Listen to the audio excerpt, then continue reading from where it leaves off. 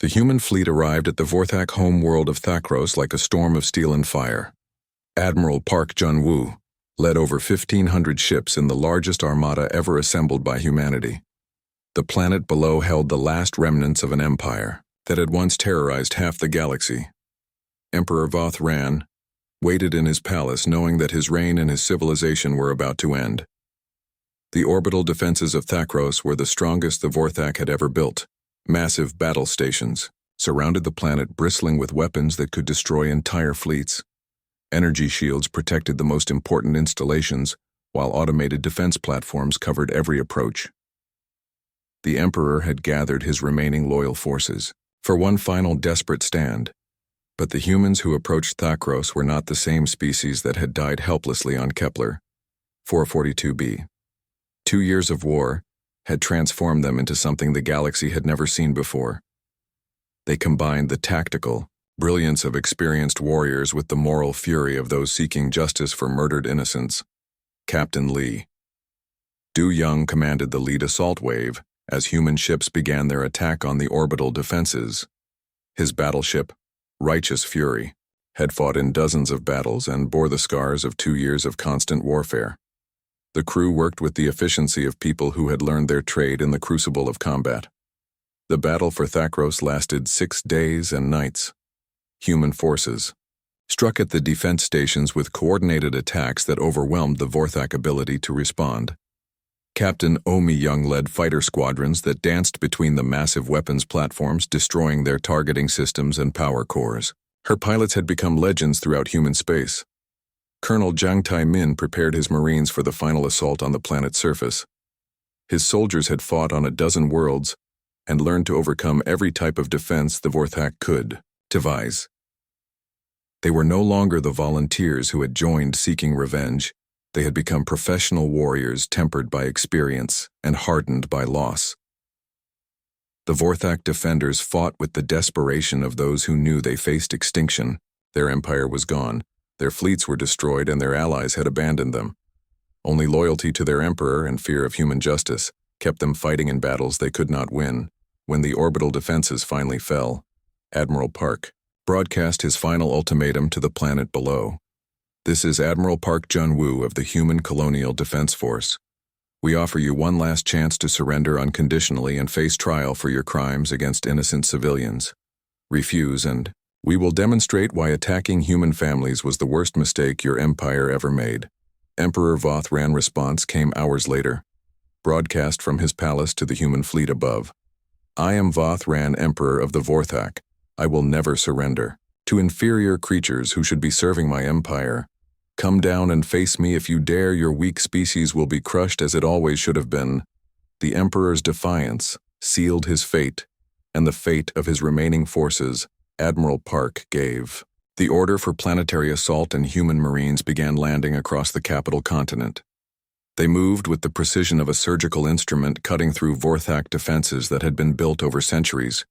Sergeant Kim Hyun-woo led his squad through the streets of the alien capital city, past monuments celebrating Vorthak conquests and statues honoring their military victories. The irony was not lost on him that the empire built on conquest was being conquered by the species they had thought too weak to fight back. The advance toward the imperial palace was steady and unstoppable. Vorthak forces tried to make stands at important buildings and strategic positions, but human tactics had evolved far beyond anything the enemy could counter. Every defensive position was flanked. Every strong point was bypassed or destroyed. Colonel Park Sung-min, whose brother had died on Kepler 442b, personally led the assault on the palace gates. He had requested this honor, and Admiral Park had granted it. The colonel wanted to be the one who brought justice to the heart of the empire that had started this war. Inside the palace, Emperor Voth Ran waited with his personal guard in the throne room that had been the center of Vorthak power for 300 years. Portraits of previous emperors looked down from the walls, all of them. Conquerors who had expanded the empire through violence and intimidation. None of them had ever faced an enemy like humanity. The throne room doors exploded inward and human Marines poured through the breach. Their powered armor gleamed under the alien lights, and their weapons were trained on the Emperor who had ordered the murder of innocent colonists. The guards who tried to resist were overwhelmed in seconds. Colonel Park approached the throne where Emperor Vothran sat, trying to maintain his dignity, even in defeat. The alien ruler looked smaller than he had seemed in the propaganda broadcasts, more like a frightened old creature. Then the master of a galactic empire. "Your Majesty," Colonel Park said with cold courtesy, "I am here to place you under arrest for crimes against humanity. You ordered the deaths of innocent civilians, including children who had never harmed anyone. Your empire is finished and you will face justice for what you have done." The Emperor's surrender was broadcast throughout the galaxy within hours.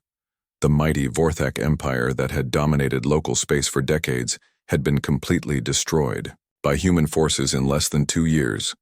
The news reached every species, every government, every military command in known space.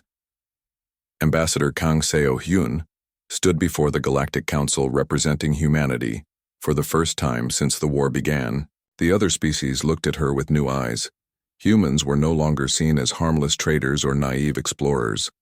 They were the species that had turned a peaceful civilization into the most powerful military force in the galaxy. "The Vorthak chose to murder our innocents," she said, her voice carrying to every corner of the great chamber. "They thought our desire for peace made us weak. They learned that choosing peace and being unable to fight are very different things. We offer this same choice to any others who might consider attacking human civilians." The trial of Emperor Vothran and his commanders was held on the rebuilt colony of New Kepler, where memorials honored those who had died in the original attacks. The proceedings were broadcast throughout the galaxy as a warning to anyone who might think about following the Vorthak example. Dr. Lim Yoon-ah, granddaughter of one of the original colonists, worked in the new medical center built where her grandfather had died. She often brought patients to see the memorial wall that bore the names of all who had perished in the attacks. "Remember," she would tell them, looking up at the stars where human warships still patrolled, "we choose to be peaceful. We choose to be kind. We choose to build rather than destroy, but never forget that these are choices, not weaknesses. The dragons sleep, but they are always ready to wake." The galaxy settled into a new equilibrium. Human colonies once seen as easy targets were now protected by the most feared military force in known space. Other aggressive species looked at human settlements and remembered what had happened to the Vorthak Empire. Trade flourished as pirates and raiders found safer targets. On Earth, children learned about the war in their history classes. They studied the lessons of Kepler 442b and the price of peace. Teachers explained how their species had chosen to be peaceful, but had never chosen to be helpless. The story became part of human culture, a reminder of what they were capable of when pushed too far. The Vorthak survivors were relocated to reservation worlds where they could rebuild their civilization under human supervision. Some became valuable allies, sharing their knowledge of other aggressive species. Others remained bitter and defiant but posed no threat to anyone. Captain Song Ye-jin, now an admiral, commanded the human fleet that patrolled the former Vorthak territory. Her ships kept the peace and protected the weak, just as humanity had wished others would protect them. The irony was not lost on her that humans had become what they had needed when their own colonies burned. The lesson spread throughout the galaxy like ripples in a pond. Attack human civilians and face the consequences. Try to intimidate humanity and discover the difference between choosing peace and being unable to fight. The dragons of humanity slept peacefully among their gardens and schools, but they could wake with terrible swiftness when their young were threatened. Vorthak had wanted to send a message about strength. Instead, they had taught the galaxy that there were different kinds of strength, and the quiet kind could be the most dangerous of all. The humans had learned to be dragons, and the galaxy would never forget what happened when the dragons woke. The morning sun painted the sky of Kepler 442b in soft orange colors. Kim Tae-ho stepped out of his small house and breathed in the clean air of the mining colony. He loved these quiet mornings when the world felt peaceful and safe. His wife Park So-ra was already awake preparing breakfast for their 2 young children. The smell of cooking food mixed with the fresh mountain air made everything feel perfect. Tae-ho worked as the main doctor for the colony, which had about 3,000 people living there. Most families had come here to mine the valuable crystals that grew deep in the planet rocks. The work was hard, but the pay was good, and the life was simple. People knew each other by name. Children played together in the streets while their parents worked. Everyone helped everyone else when times got tough. The colony had been built next to a beautiful lake that reflected the mountains like a giant mirror. Small houses dotted the landscape, each with its own garden where families grew vegetables and flowers. The main street had a school, a medical center, a supply store, and a community hall where people gathered for meetings and celebrations. Solar panels covered most of the rooftops, collecting energy from the alien sun. Ra taught at the local school where 43 children learned reading, writing, math, and history about Earth. She often told them stories about the blue planet where humans first came from. The children loved hearing about oceans and forests and animals they had never seen. Some dreamed of visiting Earth someday, while others were happy to call this rocky world their home. Lee Jun SEO ran the colony as administrator. He was a kind man who had been here since the beginning, when the first settlers arrived 8 years ago. He handled all the paperwork, made sure supplies arrived on time, and helped solve problems between neighbors. Jun SEO often joked that running a small colony was like being a parent to 3,000 people. Everyone came to him with their troubles, and he tried his best to help. The colony had basic defenses against space pirates and meteor showers. A few laser turrets sat on the hills around the settlement, ready to shoot down anything dangerous that came too close. Most of the time, they only had to deal with space rocks that got too close to the planet. The biggest excitement usually happened when supply ships arrived every 6 months, bringing news from other worlds, and treats from Earth children would run to the landing pad whenever they heard the sound of engines in the sky. The supply ships brought chocolate and coffee and books and toys that made everyone happy. Captain Chen Wei was the pilot who brought most of their supplies. He had been making the run to Kepler 442b for 5 years, and knew many of the colonists by name. The colony had never seen real trouble in all its years. Most people had forgotten that there were dangerous things in space. The galaxy seemed big enough for everyone. To find their own place, humans had spread to dozens of worlds, mining, farming, trading, and exploring. Nobody bothered anyone else, and everyone lived in peace. This morning felt the same as every other morning. Tai Ho walked to his medical center and unlocked the doors. 3 patients waited for him, including old grandmother Park, who came every week to check her blood pressure, and young mother Lee, who was expecting her second baby. Everything was normal and quiet at the school. So Ri gathered her students for morning lessons. They sat in a circle while she read them a story about brave explorers who discovered new worlds. The children listened with wide eyes, imagining adventures among the stars. None of them knew that real adventure was already heading their way. Far above the planet in the darkness of space, something moved. Sensors that should have detected the approaching danger had been quietly destroyed by invisible weapons. The colony communications array that connected them to other human worlds went silent without anyone noticing. Emergency systems that should have warned of approaching ships never made a sound. The Vorthak Empire had been watching human colonies for months. Their ships were fast and quiet, designed for surprise attacks. The Empire had grown powerful by conquering weaker civilizations. They saw humans as just another soft species that had spread too far from their home world. Commander Veltar stood on the bridge of his flagship looking down at the peaceful planet below. His orders were simple: destroy 3 human colonies to send a message. Make humanity understand that their expansion days were over. Show them what happened to species that got in the Vorthak way. The Vorthak were tall, gray-skinned beings who believed that only the strong deserved to survive. They had built their empire by crushing anyone who opposed them. Their ships were covered in weapons designed to destroy cities and terrify populations they had never met serious resistance and expected none from the humans. Veltar had picked Kepler 442b because it looked so peaceful and defenseless. The colonists had no military ships, no trained soldiers, no heavy weapons, just families trying to live quiet lives, far from any conflict. It would be easy to destroy them completely, leaving no survivors to tell what happened. 3 Vorthak warships dropped out of hyperspace at the edge of the system. Their weapons powered up as they approached the planet. The Ships were built for war with thick armor and plasma cannons that could level mountains. The colonists below had no idea that death was falling toward them from the stars. In the colony, Tai-Ho was checking on his patients when the lights flickered. He looked up at the ceiling, wondering if there was a problem with the power system. The lights flickered again and stayed dim. Something was wrong, but he could not figure out what. So Ra was teaching her students about numbers when the first explosion lit up the sky far above them. The children looked up through the windows and pointed at the bright flash in the darkness. Some of them clapped, thinking it was fireworks. Others looked worried because the light seemed too bright and too high. Jun Seo was in his office doing paperwork when his communication system went dead. He tried calling other colonies but got no response. He tried calling the supply ships but heard only silence. Then he tried the emergency channels, but those were dead. Fear started growing in his stomach. The defense satellites around the planet died one by one, destroyed by invisible weapons. The colonists had no way to know that their protection was gone.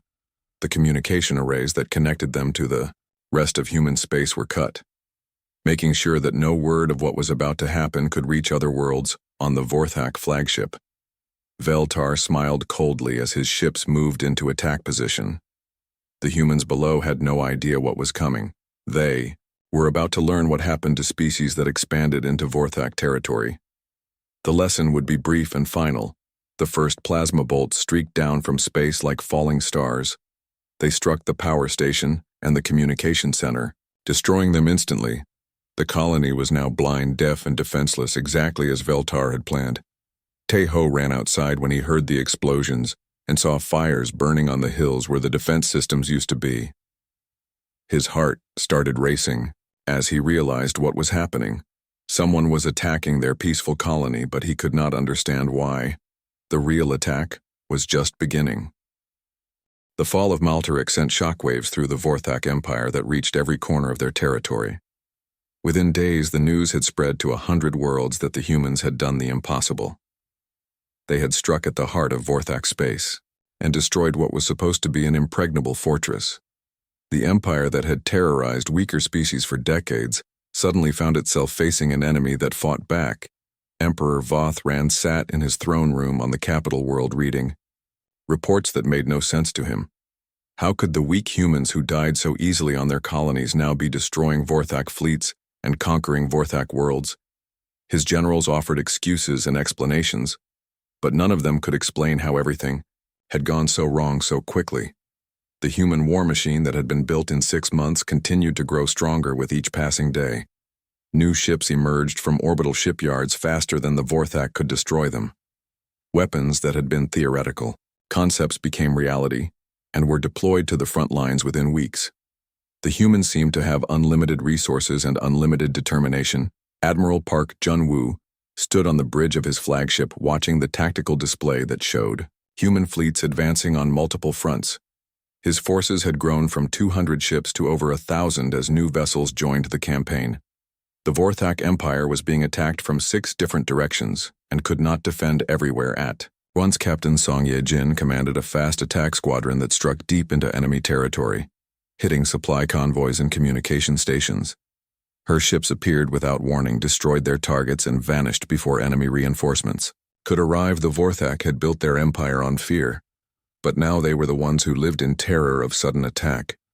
The war had become personal for every human who fought in it. These were not professional soldiers fighting for territory or resources. They were people seeking justice for murdered families and destroyed homes. Every battle was fought with the intensity of those who had nothing left to lose and everything to gain. Colonel Jang Tai-min led the assault on the Vorthak industrial world of Crexus, where the enemy built their warships and weapons. His marines landed under heavy fire and fought through factories that had been turned into fortresses. The battle lasted 2 weeks, but when it ended, the Vorthak's ability to build new ships was crippled. Sergeant Kim Hyun-woo fought in the ruins of alien cities that had once seemed so proud and mighty. His squad moved through the wreckage like ghosts, striking at enemy positions and disappearing before counterattacks could find them. The Vorthak soldiers who had once terrorized helpless colonists now cowered in bunkers, afraid to show themselves. The human advance was relentless and unstoppable. Every victory led to new attacks on new targets. The Vorthak Empire found itself fighting a war on dozens of fronts against an enemy that seemed to be everywhere at once. Their military commanders, who had built careers on easy victories against weaker opponents, had no idea how to fight an opponent that matched their strength and exceeded their determination. Captain Omi Young led bombing raids against Vorthak military bases, turning proud fortresses into smoking craters. Her pilots struck with surgical precision, destroying exactly what they intended to destroy, and nothing more. The humans had learned to wage war with both fury and discipline, a combination that the Vorthak found impossible to counter.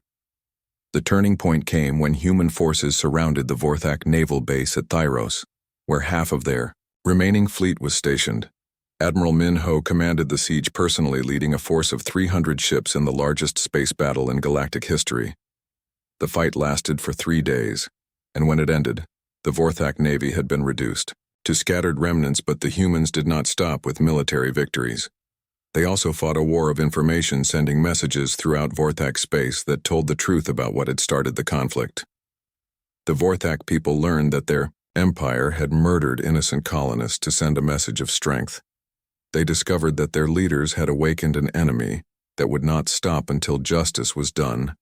Ambassador Kang Seo-hyun worked behind the scenes to isolate the Vorthak Empire. From potential allies, she met with representatives of other species and showed them recordings of the colony attacks.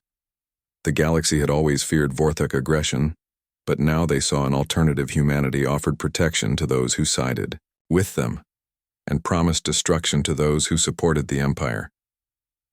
The psychological effect of human success was devastating to Vorthak morale. Their soldiers had been taught that they were superior warriors destined to rule the galaxy. Now they faced enemies who fought harder and smarter than they did. The myth of Vorthak invincibility crumbled with each defeat and surrender. Dr. Kim Soo-jin continued developing new weapons in her laboratory, but now she also worked on defensive systems to protect human colonies. The lessons learned from the original attacks were applied to every human world, making them into fortresses that could withstand anything the enemy might throw at them. The Vorthak High Command tried desperate measures to turn the tide of war. They attempted to negotiate with other empires for military support, but found that humanity had already convinced most species to remain neutral. The few allies they could find provided token assistance that made no difference. In the overall campaign, Commander Veltar, who had led the original attack on the human colonies, found himself trapped on a besieged world as human forces closed in around him. He had expected to be celebrated as a hero for his easy victory over helpless civilians. Instead, he was hiding in underground bunkers while human marines hunted his forces through the ruins of his base. The siege lasted 4 months as human forces systematically destroyed every Vorthak military installation on the planet. Veltar watched his proud warriors reduced to desperate survivors scavenging for food and ammunition. The commander who had boasted about Vorthak superiority now saw his forces outmatched by enemies who had once seemed so weak. The final assault on Veltar's position was led by Colonel Park Sung-min, whose brother had died defending one of the human colonies. The colonel had requested this assignment, personally wanting to face the alien who had murdered his family. When the bunker fell, Veltar found himself looking into the eyes of a human who had lost everything and gained the strength to make his enemies pay. "You started this war, Veltar," Colonel Park said as he placed the Vorthak commander under arrest.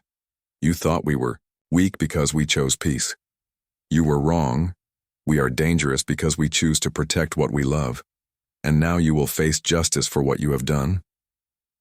The capture of Veltar was broadcast throughout Vorthak space, showing their people that even their most successful commanders could not escape human justice. The propaganda effect was enormous as civilians realized that their government had started a war. They could not win against an enemy they did not understand. The Vorthak Empire began to collapse from within as worlds declared independence rather than continue fighting civilian populations that had supported the war when it seemed easy to win, now demanded peace as human fleets approached their systems. The empire, that had seemed so strong 6 months ago, was fragmenting under the pressure of human determination. Emperor Vothran received reports of rebellions on a dozen worlds as his people lost faith in their government's ability to protect them. The humans had not just defeated the Vorthak military, they had broken the Empire's will to fight. The dragon had awakened, and its fire was consuming everything the Vorthak had built in the depths of space.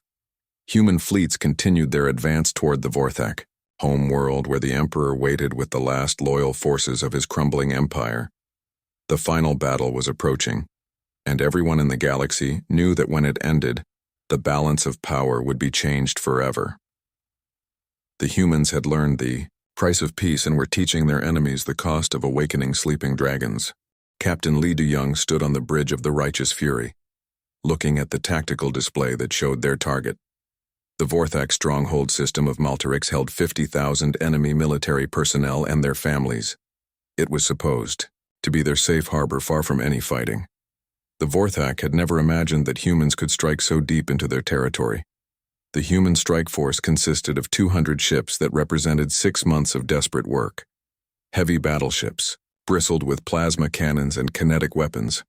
Fast destroyers carried missiles that could track targets across star systems. Support vessels held the new Hellfire torpedoes that scientists had designed specifically to crack planetary defenses. And at the center, troop transports filled with colonial marines, who had volunteered for the most dangerous mission in human history. Lieutenant Yoon Soo-jin reported from the communication station that all ships were ready for the hyperspace jump. Her voice was calm, but her hands shook slightly as she worked at her controls. She had lost her parents on one of the destroyed colonies and had requested transfer to the strike force immediately after the attacks. Every person on every ship had similar reasons for being there. Admiral Park Jun-woo commanded the fleet from his flagship, watching the final preparations with grim satisfaction. He kept thinking about his daughter, who would never have her wedding, and his future son-in-law, who had died trying to protect the colonists. The pain in his heart had turned into something harder than steel and colder than space itself. The jump into Vorthak territory was executed perfectly. The human fleet emerged from hyperspace in tight formation, catching the local defense forces completely unprepared. The Vorthak had left only a few patrol ships in the system, because they believed their homeworlds were absolutely safe. They had never lost a battle on their own territory, and could not. Imagine how weak humans could threaten them. The Vorthak patrol ships tried to sound an alarm, but human electronic warfare specialists jammed their communications before they could send a single message. The enemy vessels were destroyed within minutes by coordinated missile strikes that left no debris large enough to identify. The human fleet moved toward the planet like a pack of wolves closing on their prey. Commander Veltar was attending a celebration on Maltarix when the attack began. The Vorthak military was honoring his successful mission against the human colonies with speeches and awards. He was describing how easily the weak humans had died when explosions lit up the sky above the capital city. The celebration turned into panic as Vorthak officers realized their safe world was under attack. The orbital battle lasted 4 hours, but felt much longer to the defenders. Vorthak warships built for intimidating weaker species were torn apart by human weapons designed by engineers, who had watched their friends burn. The enemy vessels had thick armor and powerful engines, but their tactics were based on overwhelming force against helpless targets. Captain Oh Mi-young led the fighter squadrons that swept through the Vorthak fleet like angry hornets. Her pilots had trained for months, learning to work together as a single deadly unit. They destroyed enemy fighters and bombers with precision that bordered on art. Every time she fired her weapons, she thought about the children who had died on the colonies. The Vorthak fleet commander tried to rally his forces, but human ships appeared everywhere at once. Coordinated attacks struck from multiple directions, while electronic warfare systems blinded enemy sensors. The defenders found themselves fighting ghosts that appeared long enough to destroy a ship, then vanished before return fire could find them. When the last Vorthak warship exploded, Admiral Park opened communications to the planet below. His message was broadcast on every frequency, ensuring that everyone on Maltarix would hear his words. The planet had never been threatened before, and its people had no idea how to respond to demands from an enemy. Fleet people of Maltarix. His voice echoed across. Their cities, you sent ships to murder our children. You bombed our peaceful colonies. You thought we were weak because we chose peace. Today you learn the difference between choosing peace and being unable to fight. This is your only warning. Surrender, now or face the consequences of awakening the dragons. The planet's response came from the military high command and was exactly what Admiral Park expected. Defiance and threats and promises that the mighty Vorthak Empire would crush this pathetic, human rebellion. The enemy leaders called humans cowards and weaklings who could never match Vorthak's strength. They still did not understand what they were facing. The siege of Maltorix began immediately. Human ships formed a blockade that nothing could penetrate. Supply vessels trying to reach the planet were turned away or destroyed. Military transports attempting to evacuate important personnel were captured before they could escape. The planet was cut off from the rest of the Vorthak Empire. But Admiral Park chose not to simply bombard the world from orbit. He wanted the Vorthak to understand exactly what they had unleashed when they murdered human families. The lesson needed to be personal and unforgettable. Something that would echo through their empire for generations. The colonial Marines prepared for planetary assault in the transport ships. Sergeant Kim Hyun-woo checked his squad's equipment one final time, making sure their powered armor and weapons were ready for combat. These soldiers had trained harder than any warriors in human history, driven by grief and anger that burned hotter than plasma. Fire Colonel Jang Tae-min briefed his assault teams on their objectives. They would land at multiple sites around the planet's main continent and advance toward the capital city. The mission was not just to conquer territory, but to show the Vorthak that humans could fight with skill and determination that matched their fury. The landing began at dawn on the planet's main continent. Human dropships descended through the atmosphere like falling meteors protected by fighter escorts that cleared the skies of enemy aircraft. The Vorthak ground forces tried to resist but found themselves facing soldiers who moved with deadly precision. Sergeant Hyun-woo led his squad through the alien city streets, their armor gleaming in the strange purple sunlight. The Vorthak civilians fled before them while enemy soldiers tried to set up defensive positions. These were not the same humans the Vorthak had expected. Months of intense training and burning motivation had forged them into something new. The Vorthak plasma rifles designed to terrorize helpless colonists were useless against human battle armor. Their tactics based on overwhelming firepower against undefended targets failed against soldiers who had prepared for every possible scenario. The defenders found themselves outmatched by enemies who fought with both skill and absolute determination. Captain Oh Mi-young provided air support for the advancing Marines. Her fighters danced through the alien sky, destroying enemy aircraft and ground positions with surgical precision. She had studied every recording from the colony attacks and knew exactly how the enemy fought. Now she was teaching them what real warriors could do. The human advance was methodical and unstoppable. Marine units worked together like parts of a single organism, communicating without words and striking without hesitation. They had learned their lessons well and applied them with the efficiency of people who understood that failure meant their families had died for nothing. The turning point came when Colonel Jang Tae-min's assault team breached the planetary command center. The Vorthak High Command had retreated to their underground bunkers thinking the thick walls would protect them from human anger. They discovered that humans were very good at breaking things that stood in their way. Inside the command bunker, the Vorthak generals looked at the human soldiers with something they had never expected to feel. Fear. The aliens who had built their reputation on terrifying weaker species now faced warriors who had been forged in grief and tempered by determination. General Korthax tried to negotiate with his captors, demanding that humans follow the rules of civilized warfare. The irony was lost on him, but not on the humans who had seen what Vorthak civilization looked like when it visited peaceful colonies. Colonel Zhang removed his helmet and looked at the alien commander with eyes that held no mercy. "You bombed our colonies," he said quietly. "You killed our children. You wanted to teach us fear. Congratulations. You have taught us something far more dangerous. You have taught us that there are things worth any price to protect." The surrender came 6 hours later, transmitted across the planet on all frequencies. The Vorthak Empire's invincible fortress world had fallen to human forces in less than a week. The news would spread across the galaxy like wildfire, reaching every species and every government. Humanity, the peaceful traders and explorers, had revealed another face entirely. The dragons were awake, and the galaxy would never be the same. The plasma bombardment lasted 3 terrible hours. Tejo held his patients in the medical center basement as the building shook above them.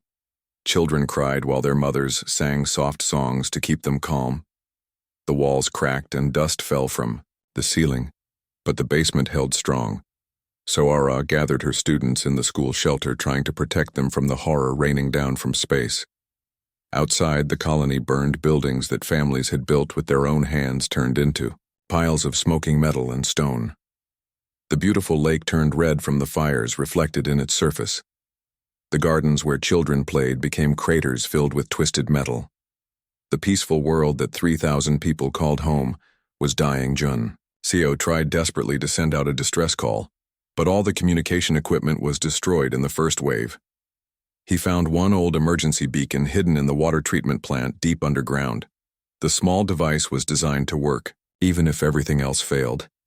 He activated it with shaking hands, knowing it might be their only chance to tell the galaxy what was happening. The beacon transmitted for 6 hours, sending out the colony's final moments across space. It recorded everything. The explosions, the screams, the last messages from people who knew they were going to die. Tejo managed to reach the beacon just before the medical center collapsed. His voice was calm, even though death surrounded him. "Tell Earth we tried to hold them off," he said into the recorder. "Tell them we died as humans. Tell them what they did to us here. Make sure they know we never surrendered." The transmission traveled through space at the speed of light, carrying the story of Kepler 442b to anyone who might be listening. It would take days to reach the nearest human worlds and weeks to reach Earth, but it carried something more powerful than just information. It carried the final words of people who refused to give up hope, even when everything was lost on Earth. Admiral Choi Min-ho was sleeping peacefully in his apartment when the emergency call came. He had served in the space fleet for 30 years but had never heard such urgency in an officer's voice. The admiral dressed quickly and rushed to the command center where dozens of officers were gathered around displays showing the beacon transmission. The recording played in complete silence. 3 hours of a peaceful colony being destroyed by alien warships, families running for shelter that could not protect them, children asking their parents why the sky was on fire, buildings collapsing while people were still inside, the sounds of a civilization dying while the attackers watched from space. Min-ho felt something cold settle in his stomach as he watched innocent people murdered for no reason. These were not soldiers or politicians or anyone who had chosen to fight. They were farmers and teachers and doctors and children who had done nothing wrong except exist in the wrong place when monsters decided to send a message. The news spread through human space faster than any ship could travel.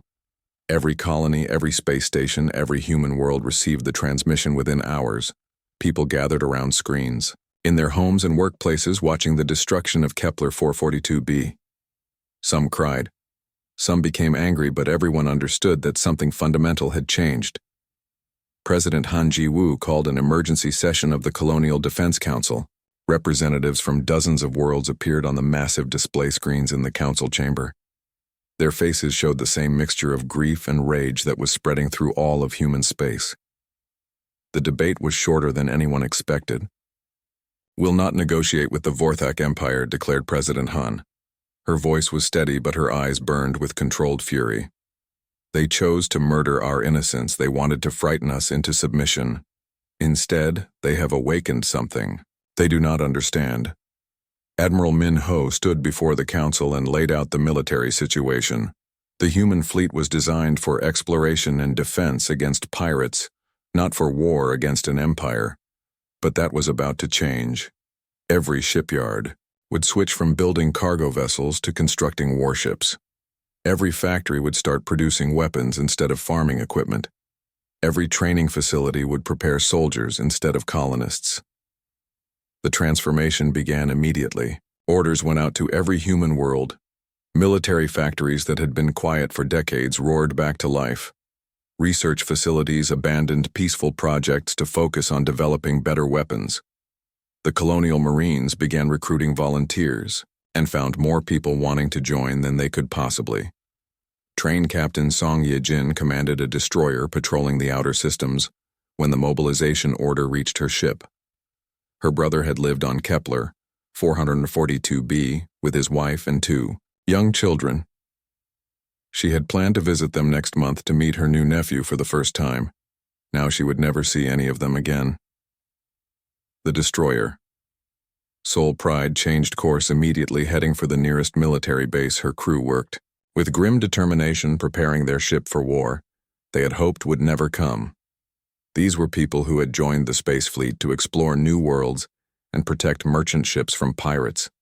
None of them had expected to become warriors seeking revenge for murdered families. On the industrial world of New Busan, factory workers labored around the clock-building components for warships that existed only as blueprints days before engineers who had spent their careers designing peaceful machines now created weapons capable of cracking planets.